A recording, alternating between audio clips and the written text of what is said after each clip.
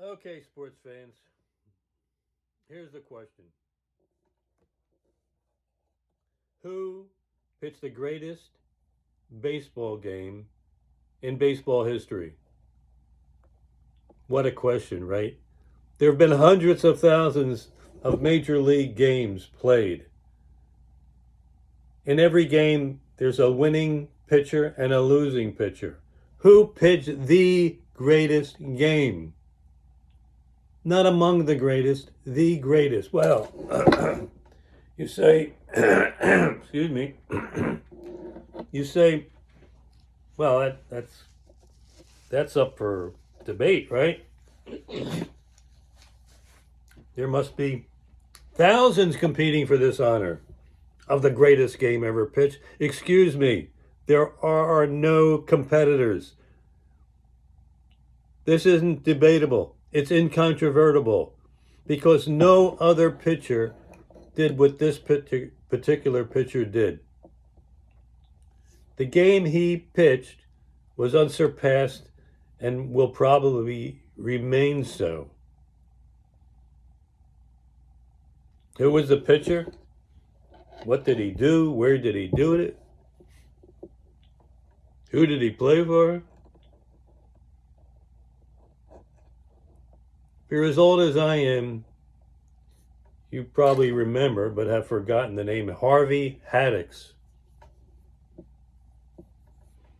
Harvey was a 5'9", 160-pound pitcher for the Pittsburgh Pirates. And this is the guy. He was a Native American, blue-eyed Native American from out west, farm boy, whose sophomore year won 20 games for the St. Louis Cardinals. He then injured his foot from a line drive off the bat of Joe Adcock. Thereafter, he could never plant his left foot firmly on the ground during his follow-through.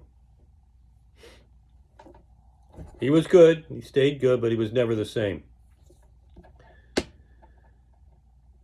On May 29th, 1959, Harvey Haddix awoke with a terrible cold.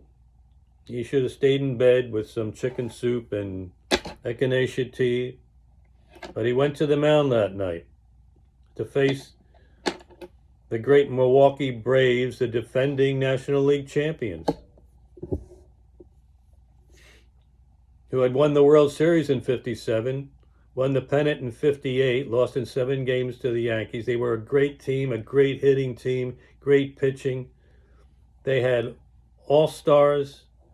They had Hall of Famers. Hank Aaron played for the team. Adcock, as I mentioned. Eddie Matthews, Hall of Famer. Warren Spahn, Lou Burdette.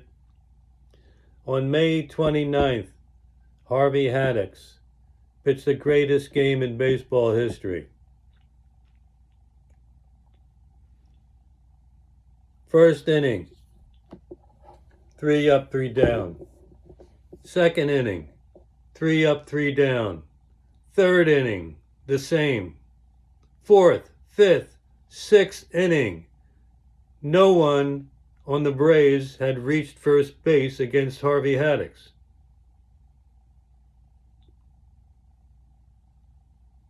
So far, so good. Perfection. Many pitchers have done that. It's the 7th, 8th, and 9th innings. That's the rub. That's crunch time. 7th inning. Goose eggs. No hits, no runners. 8th inning. Same thing. One more inning and Haddix has a perfect game. You know how many perfect games had been? This is before expansion, when the talent was diluted. Now, Major League Baseball, you got to be great to be a Major League Baseball player. You have to be especially great in 1959, when there were only 8 teams in the National League and 8 in the American League, and there was no expansion yet. pitching a perfect game was almost impossible. There had only been, I believe, 4, maybe 5 perfect games pitched until then. This would only be, I think, the 5th perfect game ever pitched in baseball history. And there haven't been that many thereafter, even with expansion. It's that difficult to be perfect as a pitcher in baseball. Here we go with the 9th inning. For the past 3 innings, County Stadium in Milwaukee, Haddix was visiting.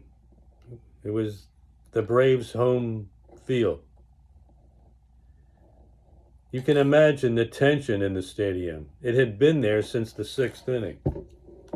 There was silence. No one mentioned the words perfect game, lest Haddix would be jinxed. You don't mention perfect game.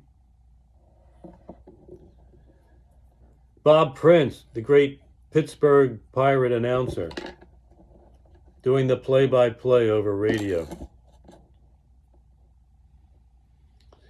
3 more outs, and Haddix, Harvey Haddix, all 5'9", 160 pounds of him, has a perfect game. First batter, he's out. Second batter, grounds out. The third batter, last hitter, will he make it?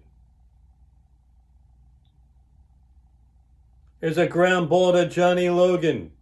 Throw to first, he's out. Harvey Haddix just pitched a perfect game. The 5th in Major League history. But wait a minute. His team, the Pirates, hadn't scored a run. He doesn't have an official perfect game. He pitched 9 perfect innings, but he didn't pitch a perfect game. He's going to have to continue.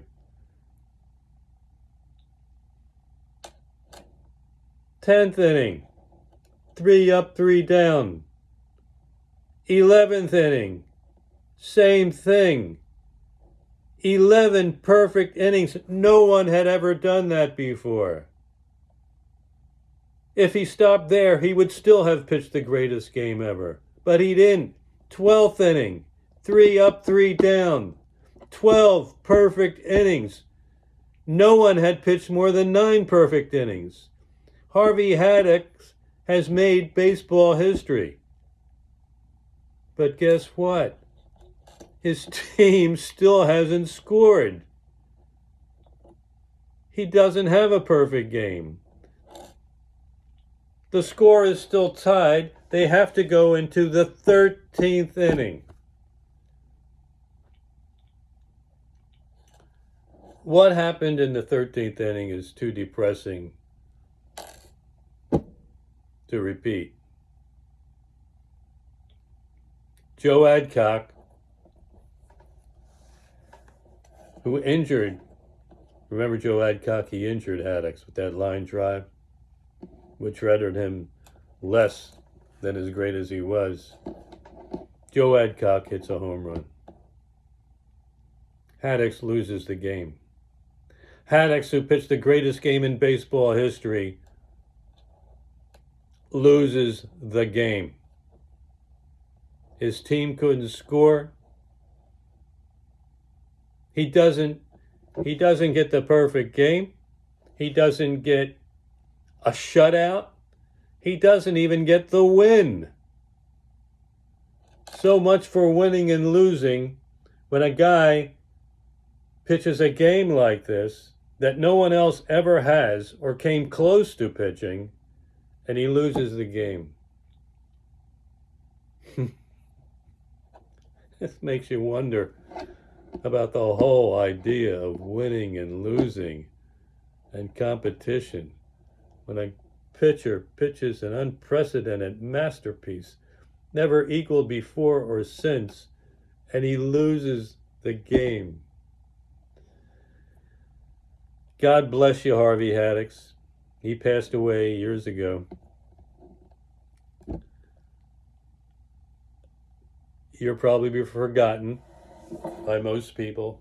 This isn't mentioned much in baseball. I haven't followed baseball in many decades.